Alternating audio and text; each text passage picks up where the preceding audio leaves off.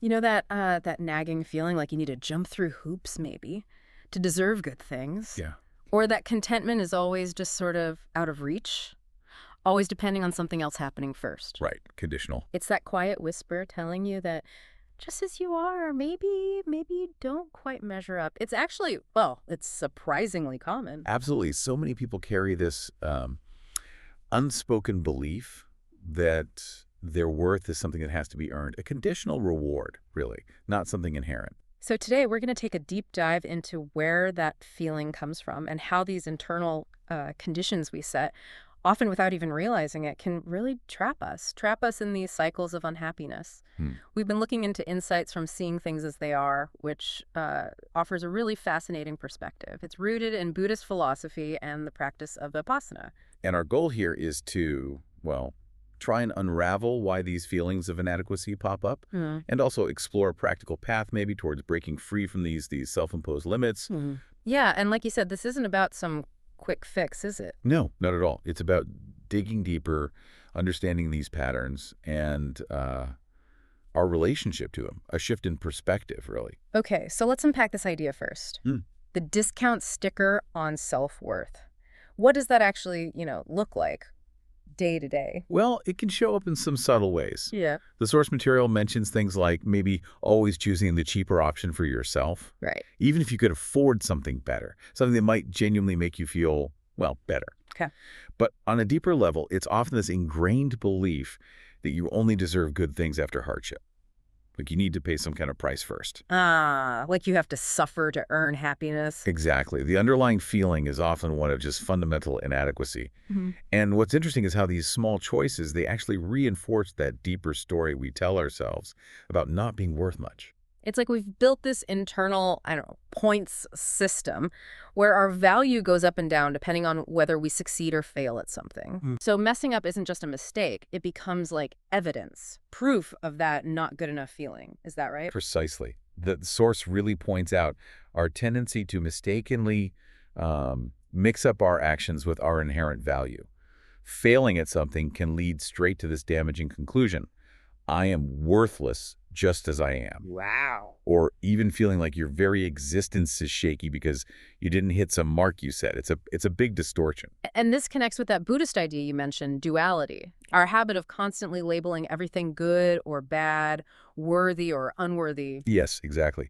This tendency to create these really rigid categories is seen as a key way we, well, misunderstand reality. How so? When we apply that good-bad lens to ourselves, we inevitably, sometimes land on the unworthy side. Makes sense. And if we connect this to the bigger picture, the text suggests this thinking is tied to a mistaken belief, the belief in a fixed, permanent self. Okay, help me with that connection. How does believing in a fixed self lead to feeling worthless? Okay, think of a river. It's always flowing, right? The water's constantly changing. Yeah. But we still call it the same river. The source suggests that this feeling, I have no value, often comes from identifying with what we think is a solid, unchanging self. Like thinking of yourself as a fixed rock instead of that flowing river. Okay. That perceived permanence makes it something that can then be judged, found lacking. So from this viewpoint, believing in that fixed self, clinging to this stable me, is a kind of ignorance, really, not seeing things as they truly are, fluid, interconnected. So if we believe this fixed self isn't good enough, the next step is naturally trying to fix it, to become worthy. And this is where these internal conditions, these rules we make for ourselves, come in. Exactly that. This feeling of lacking value creates a kind of craving, a drive to achieve worthiness. Right. And this shows up as setting up these internal rules, these condition constraints, as the text calls them. Think of them like invisible hurdles. We think we have to clear them before we're allowed happiness or self-acceptance. Like the example, I must suffer first before I can allow myself to be happy. Yes, that's a really potent one. It's like saying, I haven't paid my dues yet. I can't feel good yet. It's almost subconscious, isn't it? Often, yes.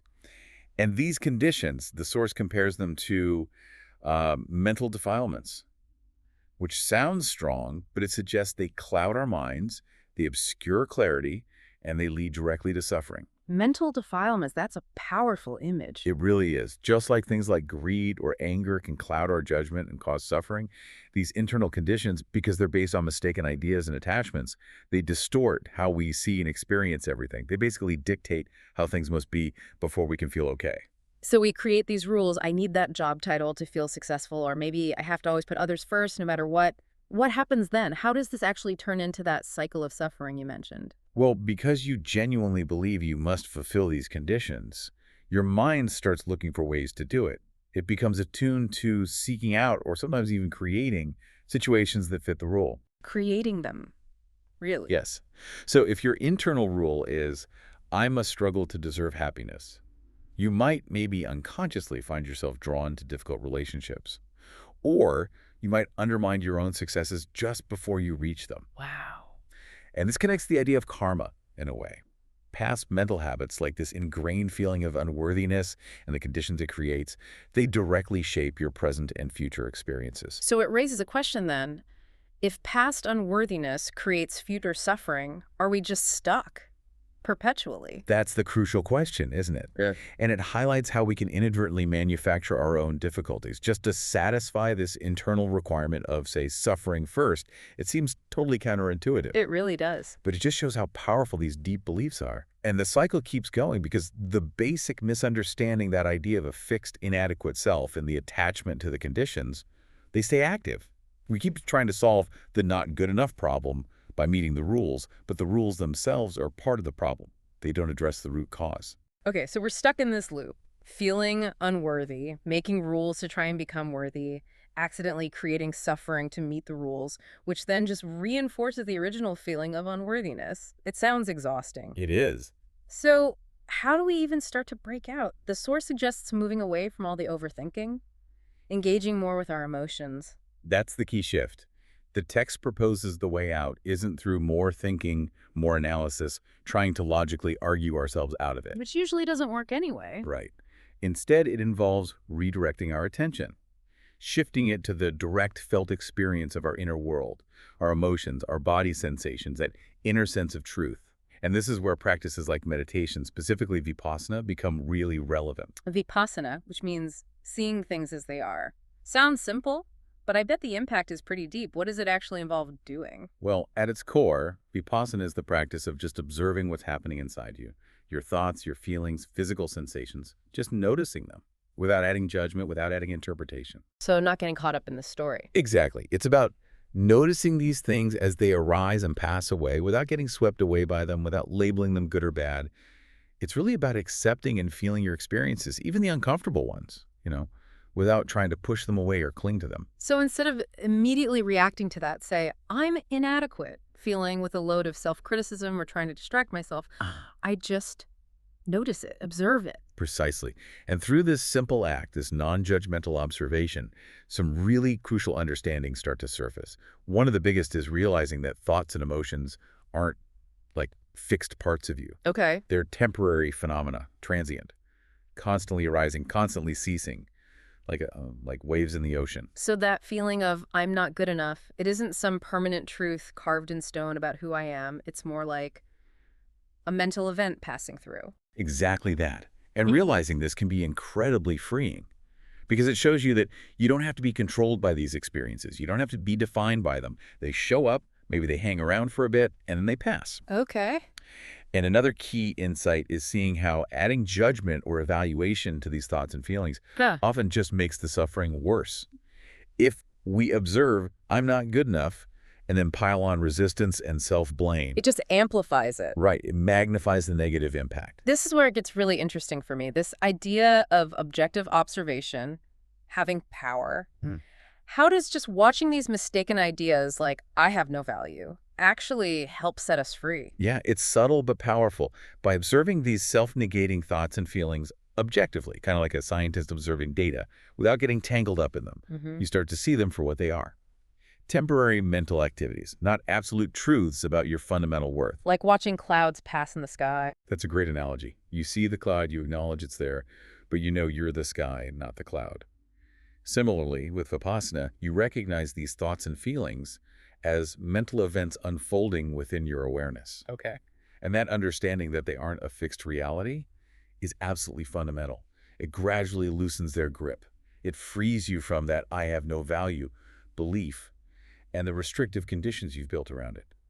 It's fascinating how just shifting perspective can reduce their power over you. So it's not about forcing the thoughts to change or suppressing the feelings. Yeah. It's about changing our relationship to them. Precisely. The whole perspective of Vipassanā, as the source lays it out, is about calmly observing and understanding these internal processes. Seeing the mistaken perceptions, noticing the resistance to feelings, recognizing when you identify with thoughts, seeing how that creates the self-negation and the condition constraints. And by understanding it through direct experience. You become less trapped by it, less controlled by those automatic patterns. Which sounds like a shift away from constantly being stuck in our heads, overthinking, trying to avoid uncomfortable feelings. Yes, towards actually experiencing and accepting them. The good and the bad. The pleasant, the unpleasant, the whole spectrum. Moving towards experiencing the richness of your inner life with a sense of maybe equanimity. As this practice deepens, it naturally cultivates more self-acceptance and acceptance of the world as it is. Which leads toward that liberation you mentioned. Exactly. Liberation from the self-negation, from those restrictive conditions, and ultimately it allows for a more authentic, a richer life. Live from a place of inherent worth, not constantly trying to earn it. Okay, so wrapping this up, this deep dive into seeing things as they are really shows how undervaluing ourselves, getting tangled in these internal shoulds and musts, it creates the cycle of suffering. And it's all rooted in, well, misunderstanding who we are. That's a really key takeaway. These cycles are fueled by mistaken beliefs, especially in a fixed, inadequate self. And the path out isn't more striving or beating ourselves up. It's in the simple but profound act of just observing our internal experiences, without judgment. That core principle of Vipassanā. It's such a powerful idea that the key to unlocking ourselves might just be observing the locks without fiddling with them constantly. Well put. So for you listening, maybe think about one internal rule you might have for yourself. Perhaps it's, I can only relax after I've done everything on my list, or I always need to seem strong, I can't show vulnerability. Common ones. What would it feel like to simply observe that rule when it pops up? Just notice it, without automatically trying to follow it or even fight against it. Just watch it. What might you discover about yourself, about the nature of that condition? It's definitely something worth exploring.